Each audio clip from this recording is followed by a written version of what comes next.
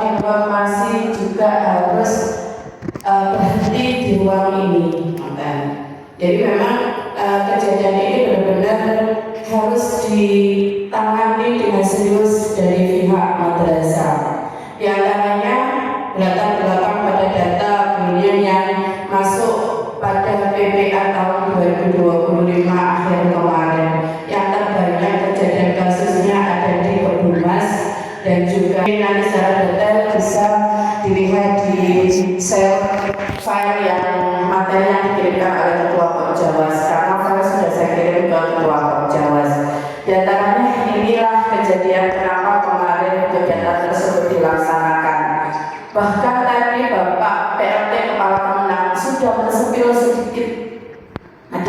Jika ada teman yang asing yang belum pernah kita lihat di sini, itu ada di antaranya seperti itu Bapak Ibu. Dan juga Ibu mahasiswa juga sudah mensepilnya. Lanjut, dengan harapan kegiatan ini dilaksanakan, yang pertama meningkatkan pemahaman guru tentang pencegahan dan penanganan kekerasan. Mundur ke belakang yang disampaikan oleh Dr. Rozi, bahwa ketika guru harus paham, kepala harus paham, maka pengawas juga yang ini harus lebih paham terlebih dahulu, karena nanti nantinya yang turun ke madrasah masing-masing. Kemudian meningkatkan kemampuan deteksi dini, memberikan metode pencegahan di kelas, menjelaskan alur penanganan kasus di madrasah. Tadi juga disampaikan oleh Mas Hufa, biasanya penanganan itu hanya terhenti di madrasah tanpa ada pendampingan setelahnya. Kenapa? Karena setiap kejadian biasanya sering menimbulkan trauma-trauma meskipun penanganan tersebut dianggap oleh madrasah selesai. Ini yang tidak diharapkan. Kenapa? Bapak Ibu, sekarang itu pengaruh dari digitalisasi luar biasa. Apalagi di kabupaten juga ada menerima call center yang terbuka untuk semua masyarakat. Jadi madrasah harus paham betul tentang bagaimana penanganan kasus tersebut. Next, kemudian kenapa ini harus dilakukan Bapak Ibu? Bahwa undang-undang terkait perlindungan anak dan perempuan itu tingkatannya sudah tidak tingkat nasional saja, tetapi juga mendunia. Maka ini beberapa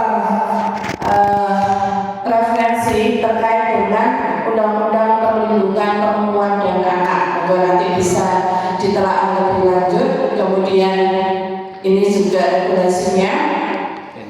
Nah, kita yang berfokus di warna merah terkait dengan pencegahan dan penanganan kekerasan seksual di satuan pendidikan pada Kementerian Agama. Nah, kebetulan kasus terdekat adalah terkait hal tersebut. Bapak Ibu, seperti tadi sudah disampaikan, guru ini kan panutan. Kasus ini kadang terjadi murid antar murid, guru murid antar guru, ASN antar ASN juga begitu. Maka dari itu inilah kondisi Gresik, khususnya madrasah kita, bahwa kadang yang tidak mustahil ternyata terjadi. Saya sendiri juga bingung kemarin coba masuk sini, ya. Tetapi inilah fenomena yang ada, maka kita harus juga sigap untuk bisa mencegah ini terjadi lagi.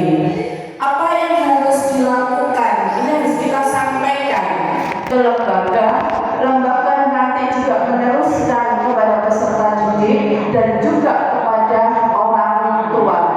Yang pertama adalah ketika kasus terjadi, apapun itu, entah itu kekerasan berbentuk fisik, kekerasan seksual, bahkan yang harus dipahamkan untuk deteksi dini kekerasan seksual itu tidak harus kaitannya dengan organ reproduksi, bahkan itu bisa berawal dari medsos, dari WA, dan yang terjadi itu sekarang seperti itu. Betul ya? Jadi harus berani menyelamatkan diri, menghimpun data.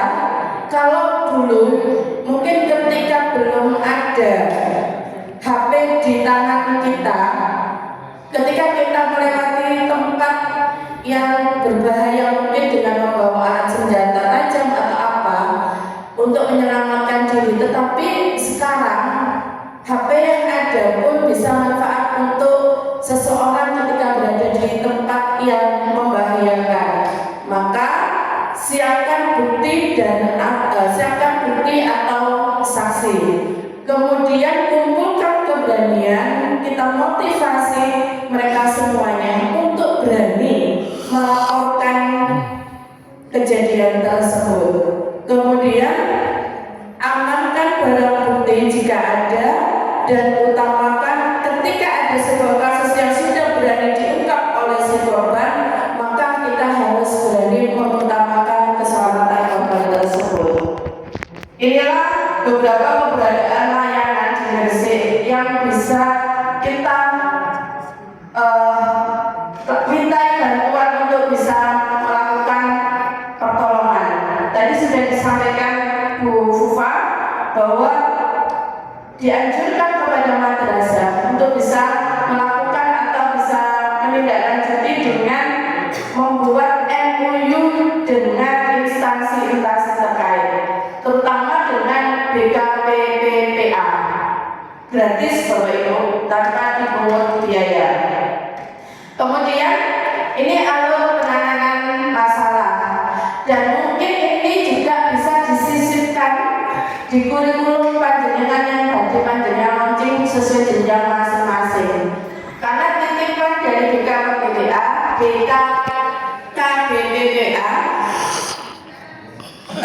alur penanganan masalah ini madrasah harus benar-benar paham biar penanganan kasus bisa terselesaikan dengan tuntas.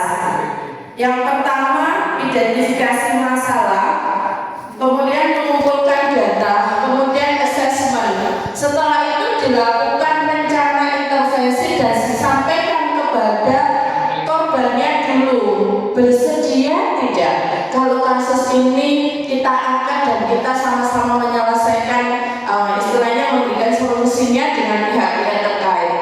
Ketika ada komunikasi dengan pihak korban, wali murid dan instansi yang terkait bersedia untuk mengangkat kasus ini, maka kasus ini boleh berlanjut kepada pelaksanaan intervensi seperti yang dilakukan oleh salah satu instansi di bawah naungannya Pak Mabrur kemarin. Baru setelah itu review kasus, dievaluasi, kemudian dilakukan donasi. Skema alur penanganan kasus inilah yang nanti harus benar-benar kita sampaikan kepada madrasah. Secara detailnya ada di materi yang nanti ini sama Pak Mabrur. Tugas madrasah berikutnya adalah membuat satgas. Min satu itu namanya satgas berlian, gitu. Satgas berlian. Lupa saya. Pokoknya ada linknya itu perlindungan gitu. Pak Mabrur nanti kalau ditanyakan Pak berlian itu apa? Kemudian melakukan MOU. Jadi Bapak Ibu pastikan madrasah panjenengan punya satgas terkait penanganan masalah di madrasah. Ya, punya satgas tindak kekerasan di madrasah